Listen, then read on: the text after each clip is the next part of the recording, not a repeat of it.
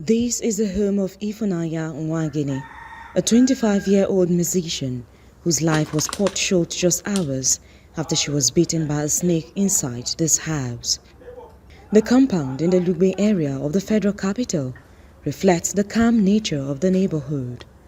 A quiet estate, high fences, and a gate usually kept locked.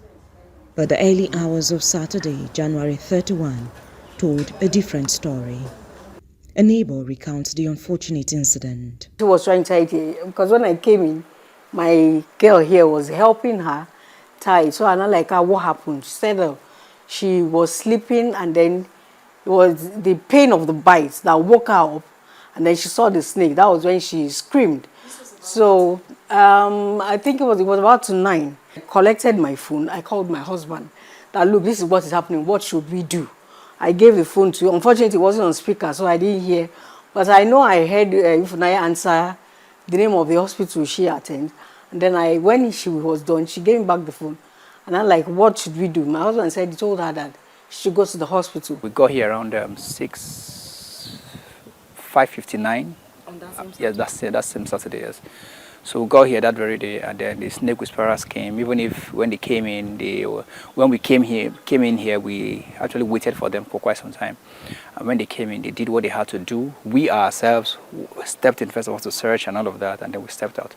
But 10 seconds after they entered the site, they brought out one of the snakes, the cobra, and my life actually. I actually made a video of it too. So one of the snakes, the cobra, and after we had killed it and burnt it just there, they went in again and then brought out the second one. So the second one was what actually described the kind of snake Ifunanya said. She said she saw a brown gray snake. In her desperate bid to survive, Ifunanya, while on her way to the hospital, reached out to friends seeking urgent help. When I got there, she was being attended to. In fact, the anti-venom was being administered to her by the time I walked in. So, but I could see her struggling, grasping for breath and all that. So I helped, held her while that process was going on. She was already on drip, and at some point they brought in the oxygen. They needed more of that anti-venom. So they asked us to go and buy. They have given her anti-venom already. But I think that they were trying to do a backup. So they would have more, just in case what they gave her is not working. And I saw quite a number of medical personnel. I can't tell who is a nurse or who is a doctor, also, but at least I met a group of people attending to Ifunanya, and Ifunanya was struggling for... So at that point, she wasn't speaking anymore, but she was just... Past 11.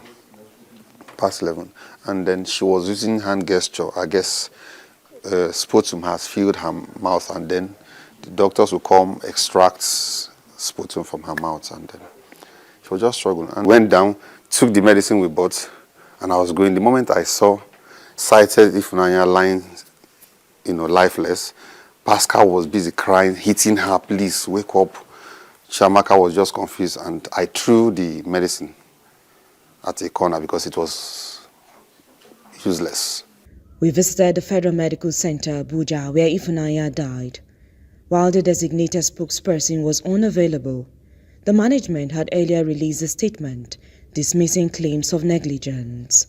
Friends describe Ifunanya as focused, gentle, and soft-spoken. Anytime I hear a movement, I just look towards the gate. Okay, maybe she's the one coming back. Now all these things they're telling me is not true. She's quiet, she's respectful, she's nice. Ifunanya does not as much or as little as tell a lie. The fact that Arise News is coming to ask about Ifunanya's demise already shows the kind of person that Ifunanya was. So big. Those who knew her say her personality was as captivating as her sound. You look so dumb right now.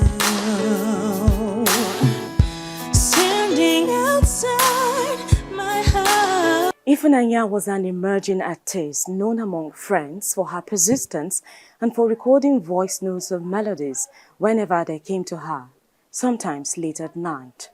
Standing here now, the space tells a different story of a young woman who believed she could outrun the danger long enough to survive it. But she never did. Ihoto Odo, Arise News.